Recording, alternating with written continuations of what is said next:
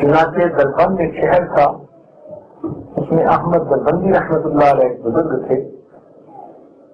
تو تاتاری شہزادے نے جب ان کو گرفتار کروایا تو وہ ہتھکڑیوں میں پیش ہوئے. تو وہ تاتاری شہزادہ کہنے لگا کہ میں تمہیں سزائیں دوں گا، یہ کروں گا، یہ کروں گا. دیکھا میں نے تمہیں گرفتار کر لیا. تو انہوں نے اللہ کا لفظ جو کہا تو ان کے ہاتھوں کی ہتھکڑیاں ٹوٹ کر نیچے لا گئی. تو وہ بڑا اس وقت جو ہے گھبرا گیا. پھر وہ حضرت کا متقد بنا.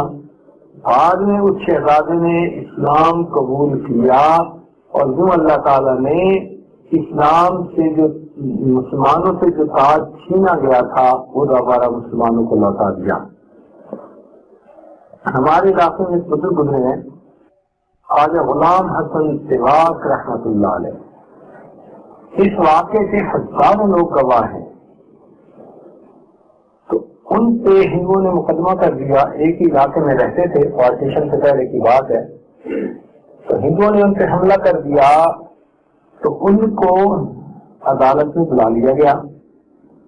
انہوں نے عدالت سے پوچھا کہ بھائی مجھے کیوں بلایا گیا؟ تو جج نے بتایا کہ آپ کو مقدمہ ہے کہ آپ ہندو نوجوانوں کو زبردستی مسلمان کرتے ہیں.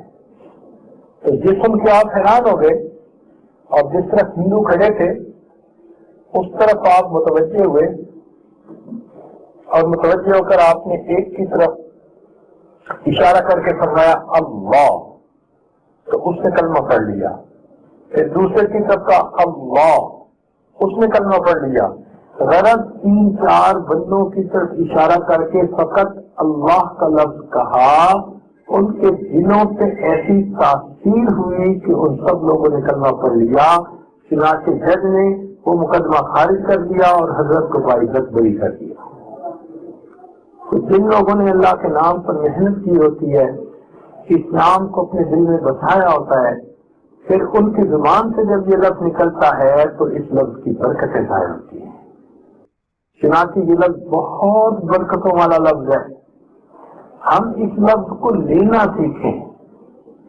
کاش ہمیں یہ لفظ لینا آ جائے ایسے اچھے انداز سے ہم یہ اللہ کا لفظ لیں کہ اللہ تعالیٰ کی طرف سے رحمتوں کا نزول ہو جائے اس نام کو لینے.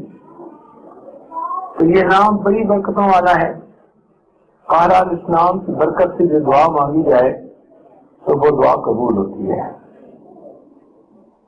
تو اس کو اس میں ذات کہتے ہیں.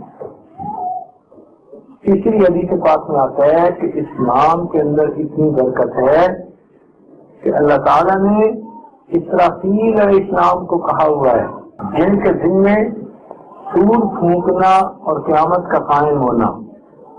تو ان کو فرمایا ہوا ہے کہ تم دنیا کے جب بھی کسی ایک بندے سے میرا نام سنو اللہ کا تو تم سور پھونکنے میں 40 سال تاخیر کر دینا.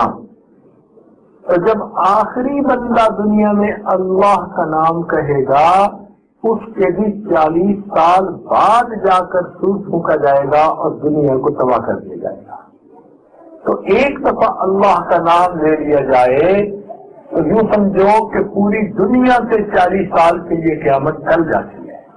اب یہاں پر مفسرین نے نقطہ لکھا کہ جب اللہ کا نام لینے سے قیامت جیسی بڑی مصیبت ٹل جاتی ہے تو اگر کوئی اخلاص کے ساتھ اللہ کا نام لے گا اللہ اس کی زندگی کے پریشانیوں اور مصیبتوں کو کیوں نہیں ڈالیں گے. حق یہ ہے کہ ہم یہ صحیح نام لیتے ہی نہیں ہیں جیسے لینا چاہیے. یہ ہماری زبان سے تو نکلتا ہے، ہمارے دل سے نہیں نکلتا.